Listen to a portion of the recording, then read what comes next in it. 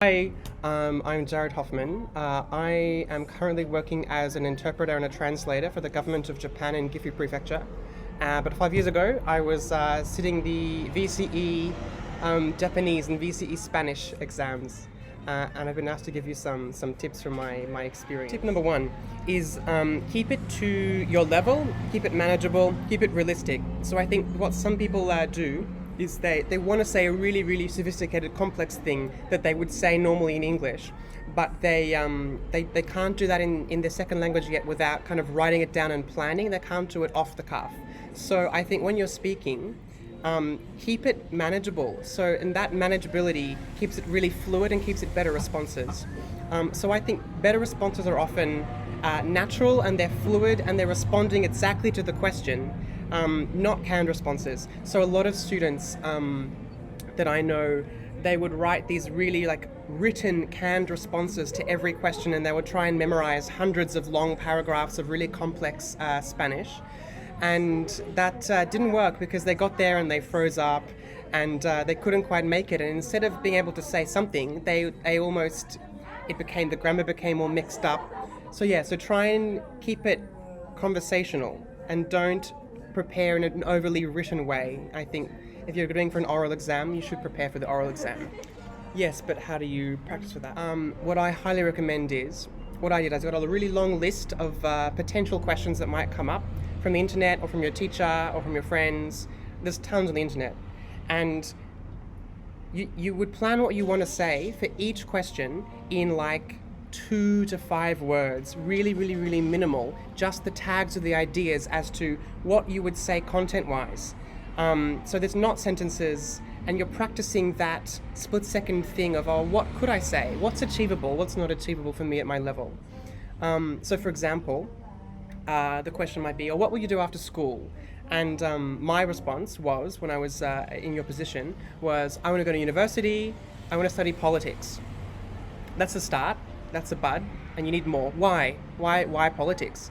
I want to work for the UN because I think politics is important. I think it's interesting. I've always been interested in politics. You're linking it and you're building a story like that.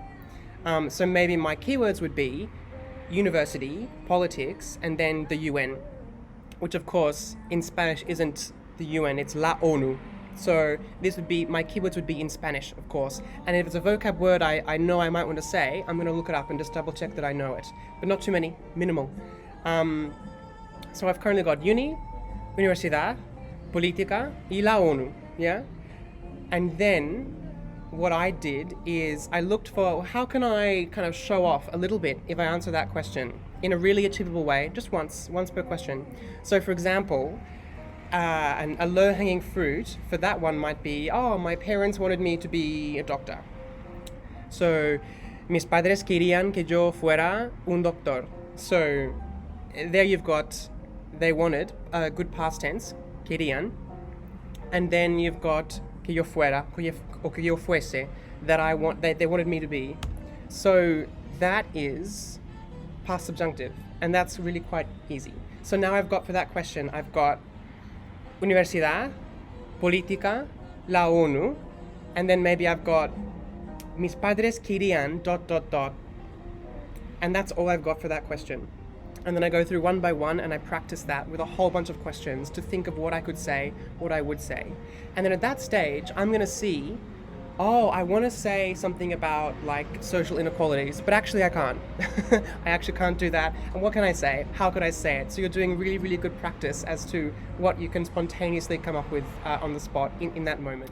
Secondary thing, just quickly, would be don't give boring responses. Yes, but how is the question, obviously. No one-word responses. So I think you should see in those lists questions that you wouldn't want to get asked. You're going to get asked something like that. So for me, I'm not really a sport player. So how am I going to deal with being asked something that I don't want to talk about, I don't care about, I've got no content whatsoever? Do you play sport? No, that's bad. Why not? Why don't, I don't really like it. I'm really clumsy, these sort of things. No, what's clumsy? Torpe. Maybe you can look that up. And if you say, I actually don't really like sport, I don't really do much, I'm really clumsy.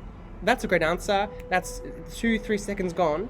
and they're going to take that hint and they're going to steer in another direction. They're not going to hone down on why you're clumsy. You know what I mean? They're going to just steer to something that you can talk about. But it's a bit better than just saying, no, I don't like it. So for that prompt, my 2 or 3 words would be maybe tall, basketball, clumsy. I'm really tall, so people tell me that I should be playing basketball, but actually I'm really clumsy, and so I'm just not really a sporting person. And then you look at the list of these questions, and you can practice generating those responses based on the keywords. That's it. Finally, when you go in, set the scene. Look happy, look confident, even if you don't feel happy and confident. Smile. Just an interpersonal thing. If they think that you're a bit more comfortable than you actually are, they think you've got this. Maybe trick them. Believe it. Take it till you make it. And examiners don't want to trick you. They want you to succeed. So they're not your enemy. That's it. Thank you very much. Hope that helped a little bit. Bye.